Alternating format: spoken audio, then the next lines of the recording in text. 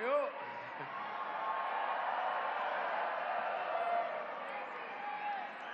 Ketika Indonesia Raya kita nyanyikan sama-sama, yang menyanyikan di sini adalah para pecinta-pecinta Indonesia tanpa syarat. Saudara-saudara sekalian, rupiah bisa mendatangkan orang, tapi rupiah tidak bisa menyalakan semangat.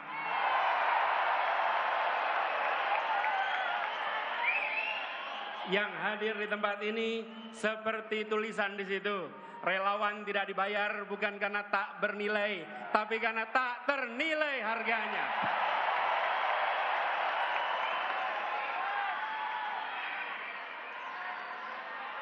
Saudara semua, teman-teman sekalian, Assalamualaikum warahmatullahi wabarakatuh.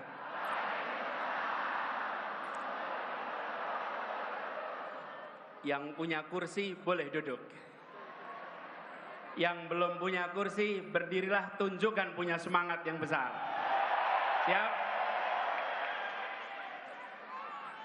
Selamat siang semuanya. Semangatnya bagaimana?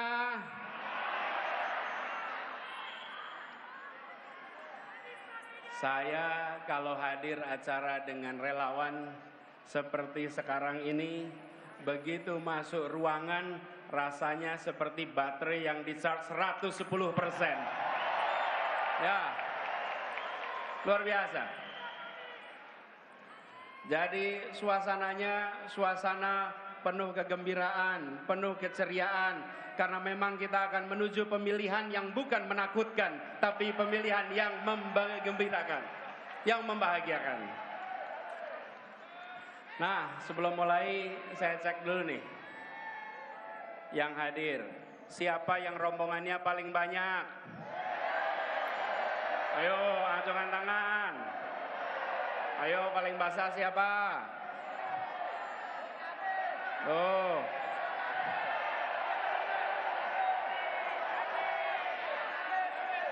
Coba yang di bawah sini. Oh, ada Porkabi. Oleh. Jarna Siliwangi, oke. Mana lagi nih?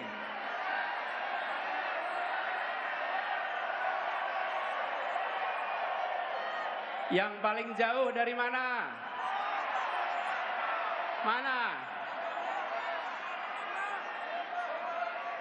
Mana yang dari Aceh? Yang dari Kupang? Yang dari Manado? Yang dari Jawa Barat?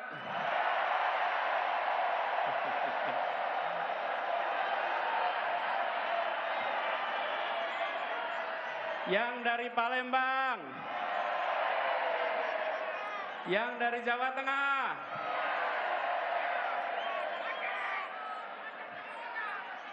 Jawa Tengah, boleh.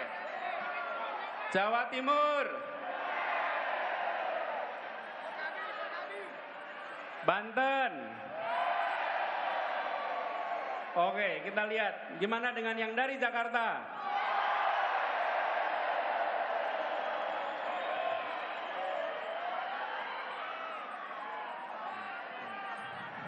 Inilah hebatnya relawan kita. Semua datang swakarsa, semua datang swadana, semua berangkat dengan niat baik. Kami hadir di tempat ini untuk membuat perubahan bagi Republik Indonesia.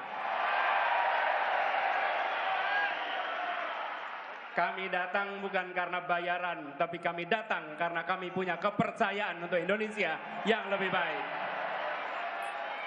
Karena itu, buat teman-teman semua, bagi para relawan semua, kalau boleh saya sampaikan, I love you. And I love you almost full. Kenapa almost full? Kalau saya katakan I love you full, maka tidak ada ruang untuk cinta tumbuh. Betul? Tapi kalau I love you almost full, maka cinta kita insya Allah tumbuh berkembang terus ke depan. Apalagi perjalanan kita makin panjang, masih panjang ke depan. Dan tadi saya katakan bahwa kita menyanyikan Indonesia Raya dengan suasana, dengan suara yang penuh semangat. Karena lagu itu kita nyanyikan dengan rasa cinta. Kita mencintai Indonesia secara tanpa syarat. Kita tidak mensyaratkan saya harus sejahtera untuk cinta, saya harus makmur untuk cinta. Apapun latar belakangnya, apapun kondisinya, kami mencintai Indonesia secara tanpa syarat. Jadi kita akan menjalani perjalanan yang masih panjang. Sekarang kita di bulan Mei, tepatnya 21 Mei, kita menuju ke 14 Februari 2024. Tapi bicara tentang perjalanan, kalau boleh saya cerita sedikit. Cerita boleh ya? Kalau era 90-an namanya sersan, serius tapi santai. Boleh ya? Jadi di bulan Ramadan kemarin, bulan Ramadan yang lalu, bulan puasa, saya melakukan perjalanan yang saya sebut dengan tirakat. Tirakat itu bukan tirakatan ya.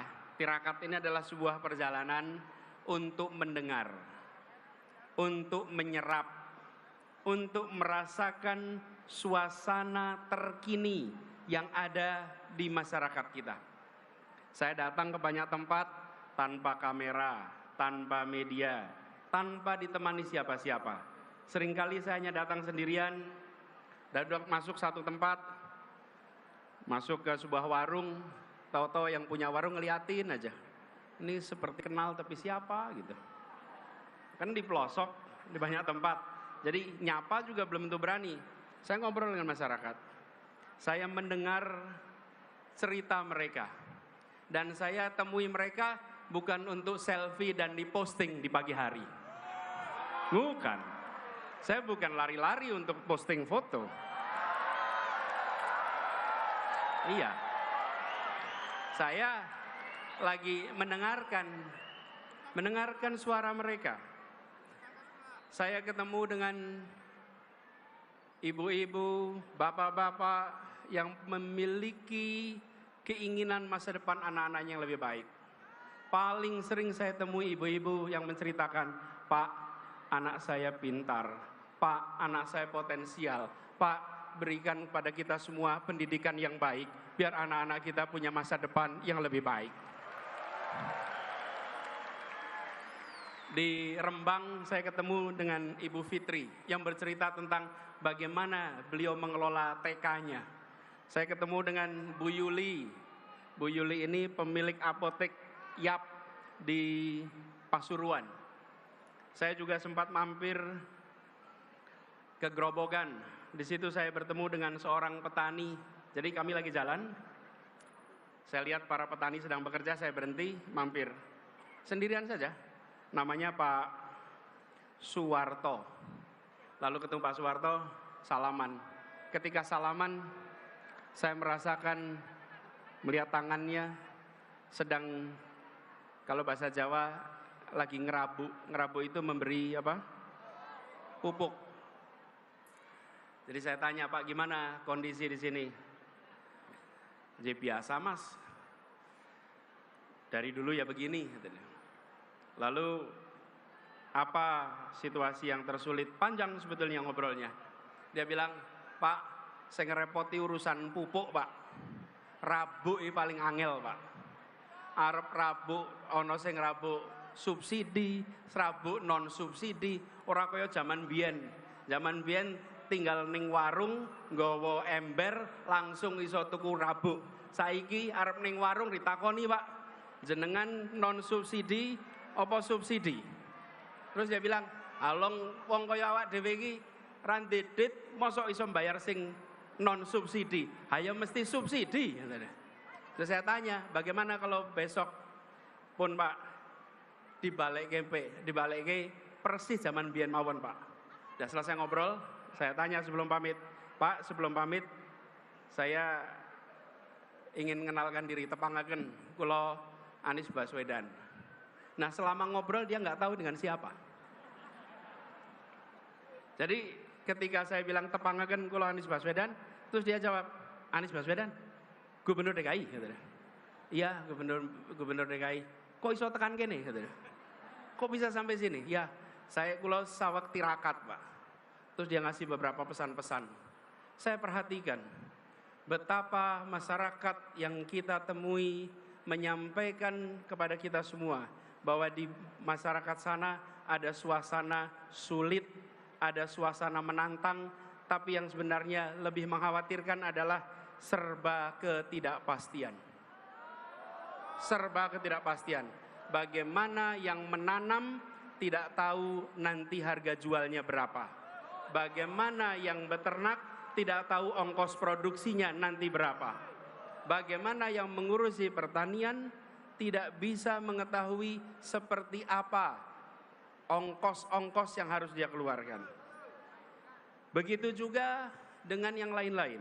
Kami menemukan suasana di mana mereka yang harus pergi, saya datang ke sebuah desa di Wonosobo yang pekerjanya itu banyak pekerja migran. Terus mereka cerita bahwa mereka berangkat tanpa tahu ada jaminan bisa pulang atau tidak. Ada jaminan bisa hidup layak atau tidak. Ketemu dengan anak-anak, ketemu dengan orang tua yang menceritakan kelihatannya masuk kampus negeri sekarang susah, Pak. Karena ternyata harganya juga mahal. Mereka yang kecil seringkali menemukan kesulitan untuk usaha.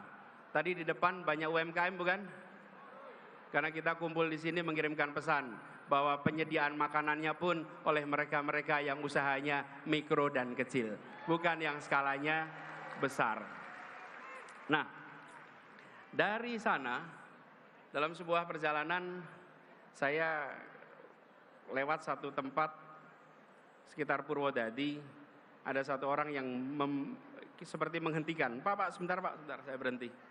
Terus dia cerita, Pak Anies, masalah di negeri ini, padahal ini di kampung nih, adalah soal mafia, Pak. Pak Anies, ini mafia di Indonesia ini harus diberantas, Pak. Mafia ini harus diselesaikan, Pak. Saya pikir benar juga kata dia. Begitu banyak mafia-mafia yang hadir yang membuat kita memiliki ketidakpastian. Kenapa petani harus bersaing dapat pupuk penuh dengan ketidakpastian? Karena apa? Karena aksesnya dikuasai oleh mafia-mafia pupuk. Ketika bicara tentang pekerja migran, banyak dari mereka yang sistemnya dikuasai oleh mafia-mafia PMI. Yang mereka berangkat kerja keras dan ujungnya pulang tidak bisa mendapatkan yang selayaknya. Sama UKM juga begitu. Dan mafia-mafia ini berderet. Ada urusan mafia tanah, ada mafia parkir, ada mafia kesehatan, mafia perumahan, mafia pemilu, mafia bansos, bahkan mafia proyek pemerintah. Ya termasuk mafia BTS itu. Semua. Karena itu seluruh mafia ini harus kita bereskan. Republik ini tidak akan bisa maju bila kita membiarkan mafia-mafia itu merajalela di negeri ini. Termasuk proyek pemerintah. Ketika kita melihat ada kasus-kasus, termasuk kemarin mafia BTS, maka saya sependapat dengan yang disampaikan oleh Ketua Partai Nasdem Pak Surya Paloh. Tuntaskan penyelidikannya. Semua yang terlibat harus diperiksa. Dorong transparansi. Jangan ada pihak yang dibiarkan melenggang tidak dimintai pertanggungjawabannya. Tunjukkan bahwa hukum memang tegak, bukan saja ke bawah tapi juga ke atas. Bukan saja ke lawan tapi juga ke kawan. Hukum tegak untuk semuanya. Dan transparansi ini perlu dilakukan secara menyeluruh. Jangan sampai ada intervensi politik dalam penanganan kasus apapun. Dan kita sudah menyaksikan banyak kasus-kasus akhir-akhir ini yang jadi perhatian adalah yang viral. Kadang-kadang saya merasa khawatir. Karena begini, kita ini harusnya berani. Saya setuju ketika ada yang dikatakan bahwa kita harus mencari pemimpin yang berani. Setuju. Dan pemimpin berani bukan sekedar berani, tapi berani karena benar. Berani karena membawa kebenaran. Karena pasangannya kata berani itu benar. Kalau tidak benar, dia tak berani. Tapi kalau dia bawa kebenaran, maka siapapun dihadapi dan ridha Allah yang menjadi pegangannya.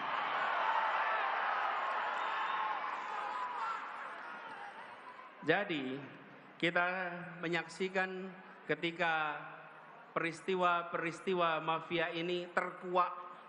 Ada polisi jenderal bintang 2 membunuh anak buahnya. Terbuka. Ada yang menyelundupkan narkoba. Ada petugas pejabat pajak yang kekayaannya fantastis. Itu sudah merepotkan, membuat seperti Pak Kapolri harus kerja ekstra untuk mengembalikan kepercayaan publik. Siapin koper, siap-siap liburan keliling dunia bareng Traveloka Travel Fair. Tunggu tanggal mainnya ya. Kerja ekstra untuk mengembalikan kepercayaan publik. Harus kerja ekstra untuk merawat polisi-polisi baik yang berintegritas yang ada di dalam tubuh kepolisian. Seperti juga di Kementerian Keuangan, Ibu Menteri keliling sana sini untuk menjaga barisan orang-orang baiknya. Saya pernah di pemerintahan, saya menyadari betul, ya benar ada orang-orang bermasalah, tapi banyak lagi orang-orang yang bisa menegakkan amanah, orang-orang yang berintegritas. Mereka-mereka itulah yang harus dibangkitkan untuk bersama-sama menjaga Republik ini. Nah, ketika kita menyaksikan peristiwa-peristiwa seperti itu, kita geram. Ini harus kita hadapi. Apalagi sekarang, kita kumpul hari ini, tepat 25 tahun reformasi di Indonesia. Tepuk tangan untuk para pejuang reformasi kita.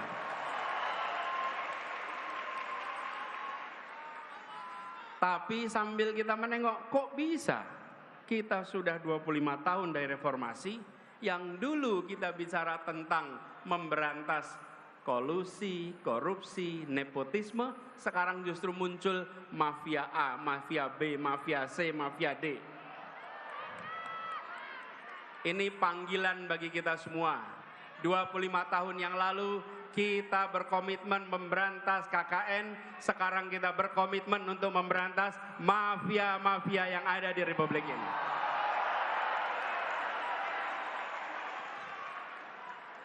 Proses terjadinya itu pelan-pelan. Proses penyimpangan itu pelan-pelan.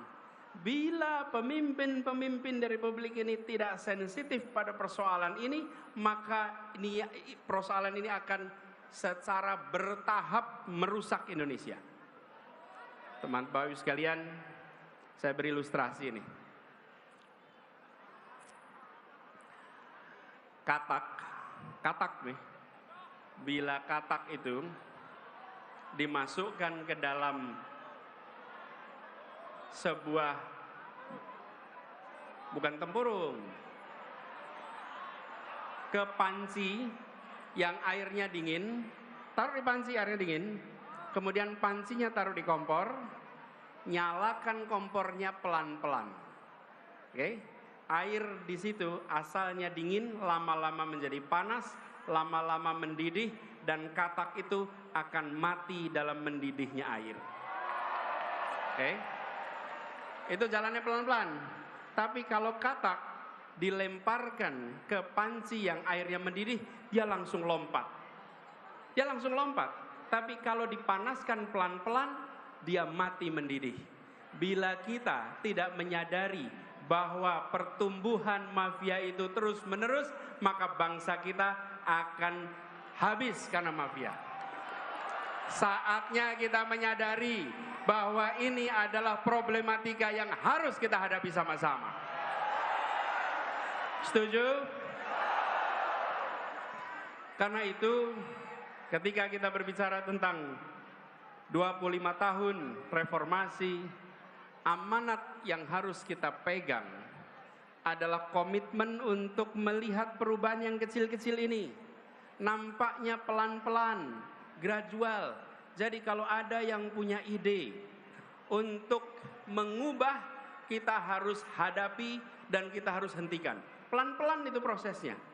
Reformasi dulu mengatakan bahwa masa jabatan presiden 2 tahun. Ketika ada yang punya gagasan untuk memperpanjang, maka kita katakan bahwa kita komit dengan aspirasi reformasi. Jadi, kalau ada petinggi-petinggi negeri ini yang pelan-pelan mencoba menggeserkan, jangan pernah dibiarkan. Karena itu seperti menaikkan suhu air bagi sebuah katak. Jangan sampai kita tidak sadar atas penyimpangan yang dilakukan secara pelan-pelan. Dan kita harus sadari ini. Bahkan kita punya masalah banyak. Sebagian masalah itu harus diselesaikan di daerah. Sebagian diselesaikan di pusat. Kalau daerah tidak bisa menyelesaikan, maka harus dicari cara agar daerah bisa menyelesaikan. Tapi kalau daerah tidak bisa menyelesaikan, diambil ke pusat dan ujungnya tidak selesai juga, malah menyulitkan masa depan orang-orang di daerah. Kita punya kecenderungan, kalau di daerah tidak jalan, ambil alih ke pusat. Dilakukan sentralisasi. Ingat, Republik ini luasnya luar biasa. Penduduknya tersebar di 6.000 kepulauan. Berikan kepada kita semua kewenangan untuk menyelesaikan, awasi, pastikan tereksekusi. Dengan cara seperti itu, rakyat bisa merasakan pemerintah hadir di seluruh wilayah Indonesia. Jadi, ke depan kita berkomitmen bahwa pemerintahan yang hendak kita bangun adalah pemerintahan yang mengembalikan spirit yang ada di dalam pembukaan Undang-Undang Dasar 1945. Spirit yang ada di sana adalah bagaimana rakyat mendapatkan kemerdekaan yang sesungguhnya. 25 tahun yang lalu ketika kita memperjuangkan reformasi, pada saat itu kita berada di dalam suasana ketertekanan. Ekonominya tertekan, kebebasannya tertekan. Hari ini sebagian dari kita merasakan kebebasan yang tertekan. Dulu negara mengatur siapa saja, siapa boleh maju ke caleg, siapa boleh maju ke pilpres, siapa boleh maju wali kota, bupati, semua diatur. Hari ini jangan sampai ada pengaturan siapa yang boleh maju dan siapa yang tidak boleh maju. Karena itu bukan diatur oleh pemerintah, itu diatur oleh partai-partai politik atas aspirasi rakyat. Bila rakyat menginginkan si A menjadi calon, izinkan negara ini memberikan kesempatan kepada mereka untuk memperjuangkannya. Bukan malah negara menghentikan, bukan malah negara melarang. Bahwa negara menjamin kemerdekaan, dan itu yang harus sekarang kita perjuangkan. Jadi kita yang berada di sini adalah kita yang punya aspirasi, dan kita menuntut agar ada kesetaraan kesempatan bagi siapapun di Republik ini. Dan ini juga artinya kepastian kepada mereka yang berusaha. Bayangkan, bila kita tidak memberikan kesetaraan itu, mereka yang di dunia usaha pun mengalami kekhawatiran, mengalami serba ketidakpastian. Ketika sebuah pemerintahan bertugas, dia harus memberikan kesetaraan kepada semua pelaku usaha. Jangan sampai pelaku usaha yang dianggap teman diberi fasilitas, pelaku usaha yang bukan teman tidak diberikan fasilitas. Dan persoalan mafia ini yang tadi saya sampaikan itu sering sudah masuk ke dalam proses. Saya beri contoh. Ketika kami bertugas di Jakarta, ini salah satu ketidakpastian yang harus kita bereskan. Setiap tahun kita selalu meributkan soal UMP, upah minimal provinsi. Dan di DKI Jakarta, upah yang biasanya naik rata-rata 8% karena kondisi perekonomian turun. Tapi di tahun 2021 kemarin untuk upah tahun 2022 mendadak peraturannya diubah. Peraturan yang biasanya kalau kita terapkan memberikan kenaikan UMP yang masuk akal, kemarin UMP-nya angkanya itu amat rendah. Kalau tidak salah sekitar Rp37.000 kenaikannya. Pada waktu itu saya katakan, tidak mungkin di Jakarta naik upah nilainya 37.000. 37 itu bukan angka yang layak untuk pekerja di Jakarta. Karena itu kemudian saya sampaikan kepada pemerintah waktu itu Kementerian Tenaga Kerja. Saya sampaikan bahwa yang layak di Jakarta kenaikan itu menggunakan formula yang lama. Jangan formulanya digonta-ganti. Dan inilah yang disebut sebagai mafia tentang pengupahan yang ada di Indonesia. Tidak boleh kita biarkan. Kami memilih untuk mengambil sikap yang berbeda. Dan ketika memilih sikap berbeda, tentu kita menyadari bagaimana landasan hukumnya. Tapi yang menarik, para pengusaha protes waktu itu. Saya undang pengusahanya ke Balai Kota. 50 pembayar pajak terbesar saya undang. Ketika saya undang, saya sampaikan, Bapak Ibu sekalian yang sekarang sudah menjadi 50 pembayar pajak terbesar. Bapak Ibu lihat, kita semua ini sekarang berkumpul di Balai Kota. Jaraknya hanya 1 kilometer dari Gedung Pancasila, tempat konstitusi kita disusun. Tempat persiapan kemerdekaan kita disiapkan. Pada waktu itu mereka yang berkumpul adalah orang-orang yang makmur, orang-orang yang terdidik. Tapi mereka memilih mendirikan sebuah negeri yang prinsipnya menghadirkan keadilan sosial bagi seluruh rakyat Indonesia. Sekarang di sini, yang kumpul di sini, Bapak Ibu, saya ingin tanya. 40 tahun yang lalu Bapak Ibu di mana? 50 tahun yang lalu Bapak Ibu di mana? Kita semua 40 tahun yang lalu, 50 tahun yang lalu bukan siapa-siapa. Republik ini sudah memberikan kesempatan Bapak Ibu sekalian menjadi 50 pembayar pajak terbesar karena Republik ini memberikan kesempatan kepada Bapak Ibu sekalian. Sekarang berikan kesempatan pada para pekerja untuk mereka bisa mendapatkan kesetaraan masa depan. Sebagaimana Bapak Ibu sekalian mendapatkannya. Ini soal kita bergiliran masing-masing memberikan kesempatan. Dan ketika kita mengirimkan pesan kesetaraan itu yang menarik. Para pengusaha itu setelah ngobrol pulang dan mereka bilang, Pak Gub, kami setuju dengan prinsip yang Bapak pegang. Kita sama-sama bergerak untuk Indonesia. Bapak Ibu sekalian, ketika kita bicara tentang nilai-nilai, maka semua akan terpanggil. Itulah sebabnya hari ini kita berjuang karena kita membawa nilai-nilai dan kita ingin memanggil semuanya untuk berjuang bersama kita. Nilainya nilai keadilan, nilainya nilai kesetaraan. Dan itulah yang kemudian membuat kita semua yakin bila ini kita kerjakan, insya Allah Indonesia akan lebih baik. Indonesia akan lebih makmur.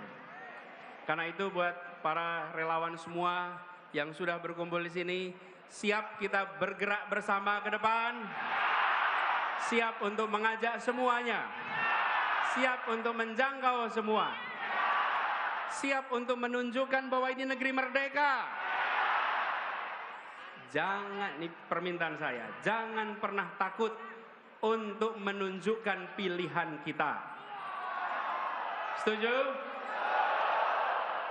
Bila kita menawarkan prinsip keadilan, prinsip kesetaraan, pasang besar-besar pesan itu dimanapun Anda berada. Jangan gentar pada mereka yang kegiatannya merobek poster. Jangan gentar. Jangan gentar dengan mereka yang suka merobek baliho. Jangan gentar. Bila ada baliho dirobek, bila ada poster dirobek, jangan cuma difoto. Berikan laporan ke kepolisian, nanti kita tunjukkan siapa yang menghargai pendapat dan aspirasi di Republik ini.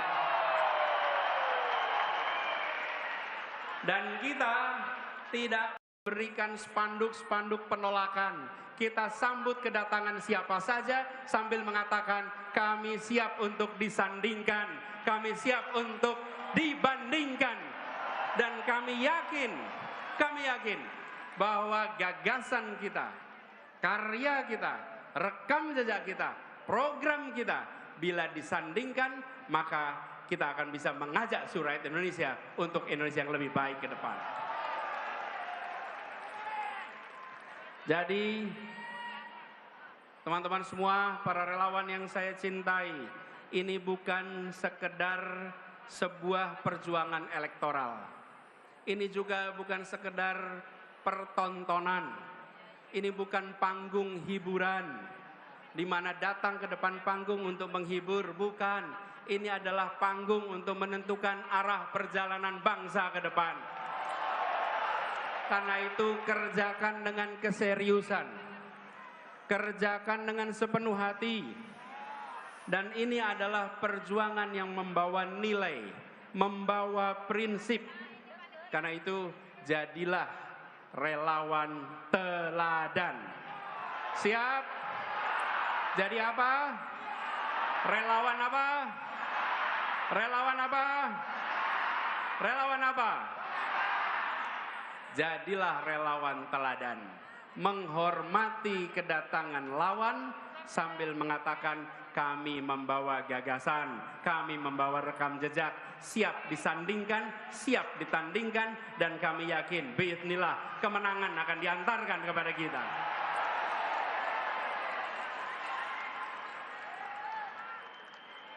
Karena itu, buat semuanya para pejuang yang berkumpul di sini, kalau mengalami cobaan, mengalami tantangan, semakin besar tantangan, maka orang-orang tangguh akan bisa melewatinya. Kalau kita ketemu dengan tantangan, maka kita tidak menghindar. Kalau kita ketemu tantangan, kita tidak sembunyi, tapi kita hadapi. Kita apa? Kita hadapi. Karena itu saya kalau boleh saya bertanya kepada semuanya nih. Kalau saya beri pertanyaan, pejuang bukan? Maka jawab, hadapi. Siap? Pejuang bukan? Pejuang bukan? Pejuang bukan? Insya Allah kita hadapi, dan dengan izin Allah perjuangan ini insya Allah akan diantarkan pada kemenangannya. Terima kasih, salam perjuangan, pesan kepada seluruh keluarga, semua tentara, jangkau semua dan katakan bahwa perubahan untuk keadilan sedang bergerak menjangkau semua, dan insya Allah dari ruangan ini dikirimkan pesan penuh semangat untuk seluruh Indonesia. Assalamualaikum warahmatullahi wabarakatuh.